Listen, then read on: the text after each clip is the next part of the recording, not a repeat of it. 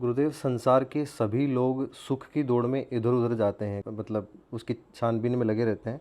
तो असली सुख कहाँ पर है?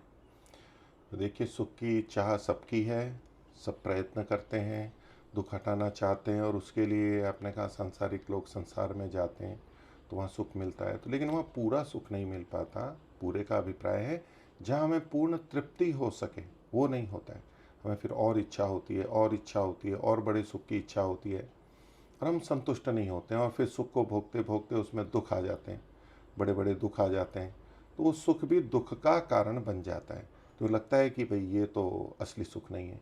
तो जो छोटा सुख होता है जिसमें शांति नहीं होती है, जिसमें दुख आ जाता है, जिसमें पूर्ण तृप्ति नहीं होती है, वो वास्तविक सुख नहीं कहलाता है। एक अंश में सुख है लेकिन दुख मिश्रित सुख है। तो जो प्रश्न है कि वास्तविक सुख कहाँ मिले, तो देखो, संसार में कभी भी वास्तविक सुख नहीं मिलेगा।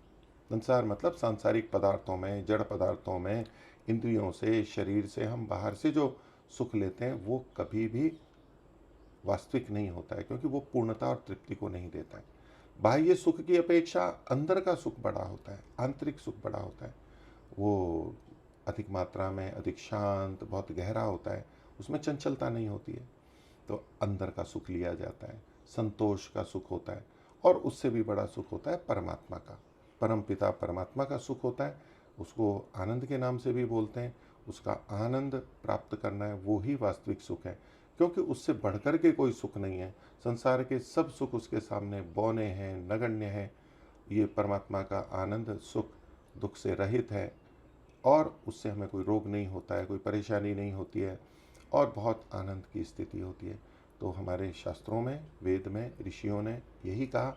और हमारे को पता है कि बाहर हमारे को पूरा सुख नहीं मिलता है, लेकिन कहीं ना कहीं तो है, हम सब उसी के पीछे भाग रहे हैं, उसी को चाहते हैं। वो कहीं ना कहीं तो होगा, और वो कहाँ है? वो परमात्मा के अंदर है।